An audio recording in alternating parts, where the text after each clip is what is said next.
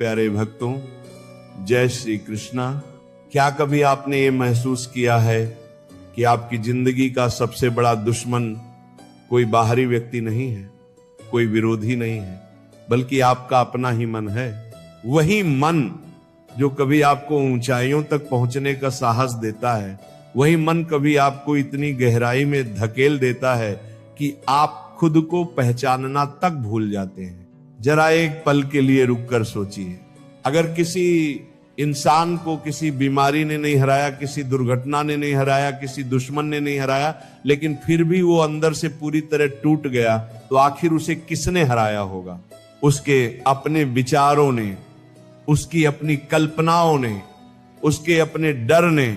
क्योंकि इंसान को सबसे बड़ा नुकसान अक्सर उन चीजों से नहीं होता जो वास्तव में घटित होती हैं, बल्कि उन बातों से होता है जो कभी हुई ही नहीं, लेकिन जिन्हें वो अपने मन में बार बार जीता रहता है। कभी आपने भी ऐसा किया है ना? किसी के एक छोटे से व्यवहार को देखकर घंटों सोचते रहे कि शायद वो मुझसे नाराज है। किसी के जवाब न देने पर मन में 100 कहानियां बना ली कि अब रिश्ता खत्म होने वाला है।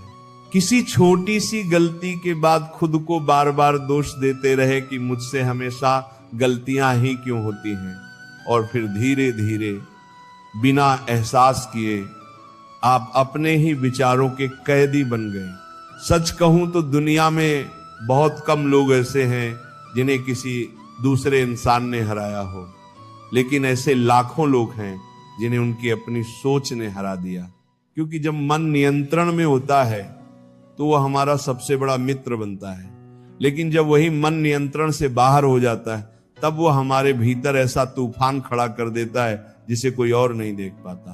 बाहर से सब सामान्य दिखाई देता है, चेहरा मुस्कुराता रहता है, लोग समझते हैं सब ठीक है, लेकिन भीतर एक युद्ध चल रहा होता है। एक ऐसा युद्ध जिसमें कोई आवाज नहीं होती, कोई हथियार नहीं होते, कोई खून नहीं बहता, लेकिन फिर भी इंसान हर दिन थोड़ा थोड़ा टूटता जाता है।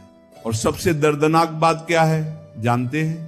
जिस बात के लिए आप रात रात भर जाग रहे होते हैं, जिसके बारे में आप घंटों सोच रहे होते हैं, जिन लोगों के लिए आप अपने मन की शांति खो रहे होते हैं, अक्सर वे लोग अपनी जिंदगी में इतने व्यस्त होते हैं कि उन्हें आपके बारे में सोचने का समय भी नहीं होता। लेकिन आपका मन वही पुरानी बात पकड़कर बैठा रहता है। वो बार बार आपको उसी जगह लेकर जाता है, वही सवाल पूछता है, वही डर दिखाता है, वही घाव कुरेदता है। और फिर आप सोचते हैं कि मैं इतना थका हुआ क्यों महसूस कर रहा हूं? मेरा शरीर तो काम नहीं कर रहा, फिर भी मैं इतना भारी क्यों महसूस कर रहा हूं? क्योंकि थकान शरीर की नहीं है, थकान आपके मन की है। आपका दिमाग लगातार दौड़ रहा है, बिना रुके, बिना थके, बिना किसी मंजिल के। और जब विचारों की ये दौड़ बहुत लंबी हो जाती है, तब इंसान जीना छोड़ देता है और सिर्फ सोचना शुरू कर देता है। जरा कल्पना कीजिए, आपके हाथ में एक जलता हुआ अंगारा रखा हुआ है और कोई आपसे कहे कि इसे तब तक पकड़े रखो जब तक दर्द खत्म न हो जाए। क्या दर्द खत्म होगा? नहीं, दर्द बढ़ता जाएगा, हाथ जलता जाएगा, घाव गहरा होता जाएगा। ठीक यही काम ओवर थिंकिंग हमारे साथ करती है। हम उन बातों को पकड़कर बैठे रहते हैं जिन्हें बहुत पहले छोड़ देना चाहिए था। हम उन लोगों के लिए दुखी होते रहते हैं जो शायद हमें याद भी नहीं करते। हम उन परिस्थितियों से डरते रहते हैं जो शायद कभी होने ही वाली नहीं है।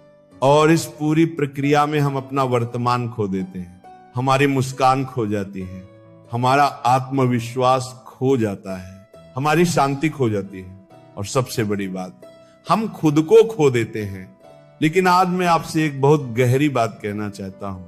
समस्या ये नहीं है कि आपके मन में विचार आते हैं, विचार आना बिल्कुल स्वाभाविक है।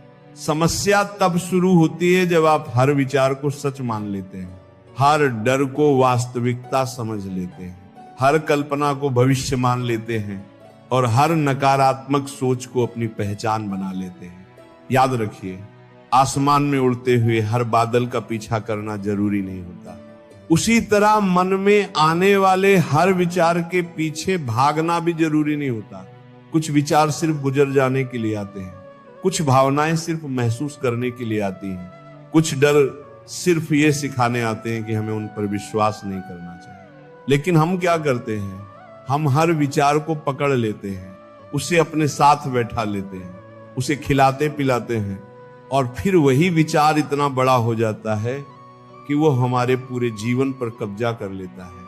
दोस्तों, आज का ये संदेश सिर्फ एक वीडियो नहीं है, ये एक आईना है, एक ऐसा आईना जिसमें आप अपने मन की वास्तविक स्थिति देख पाएंगे।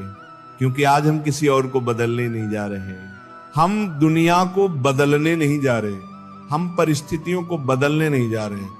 आज हम उस एक चीज को समझने जा रहे हैं जो हमारी हर खुशी, हर दुख, हर डर और हर सफलता के पीछे काम कर रही है।